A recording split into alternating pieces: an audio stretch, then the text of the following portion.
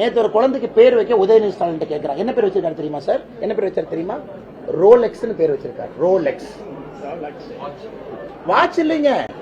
இவங்க தான் ஒரு படம் எடுத்தாரு. நம்ம யாரு? நம்ம கமலஹாசன் சார். என்ன படங்க? அதுல அந்த ட்ரக் கிங் பின் பேர் என்னங்க? விக்ரம் படம். அதுல ட்ரக் விக்ரம் பேர் என்னங்க? ரோலெக்ஸ். மனசு பேர் வச்சாலும் ரோலெக்ஸ் தானா?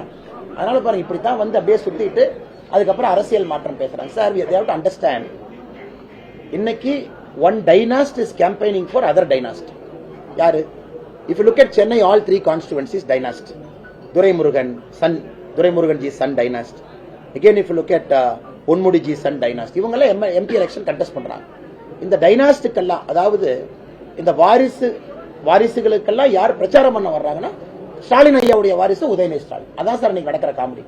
அப்படியே கார்ல வந்து இந்த வாரிசு பிரச்சாரம் பண்ணுவாங்களாமா, சாமானிய மனிதர்கள் அப்படியே ஓட்டு போட்டுருவாங்களாமா, அவங்க ஜெயிச்சிருவாங்களாமா. So the confidence that I am getting and we are getting, sir, we are on the ground. We know the pulse. மக்கள் எப்படி யோசிக்கிறாங்க. என்னதான் அவங்க 7 கோடி ரூபாய்க்கு சோசியல் மீடியால ஆட போட்டு பம்பாடு பண்ணாலும் கூட, என்னதான் பேப்பர்ல ஆடா கொடுத்தாலும் கூட, எங்க திரும்பினாலும் கூட ஸ்டாலின் வர்றாருன்னா மக்கள் ஓடிட்டு இருக்காங்க. எங்கேயா ஓடுறாங்கன்னா என்ன, ஸ்டாலின் வர்றாருன்னா அதான் இந்த பக்கம் ஓடிட்டு இருக்காங்க. அதனால இவங்க என்னதான் தலைகீழாக நின்றாலும் கூட ஜூன் 4ஆம் தேதி தேசிய ஜனநாயக கூட்டணியுடைய வெற்றி வாய்ப்பை யாருனாலையும் தடுக்க முடியாது.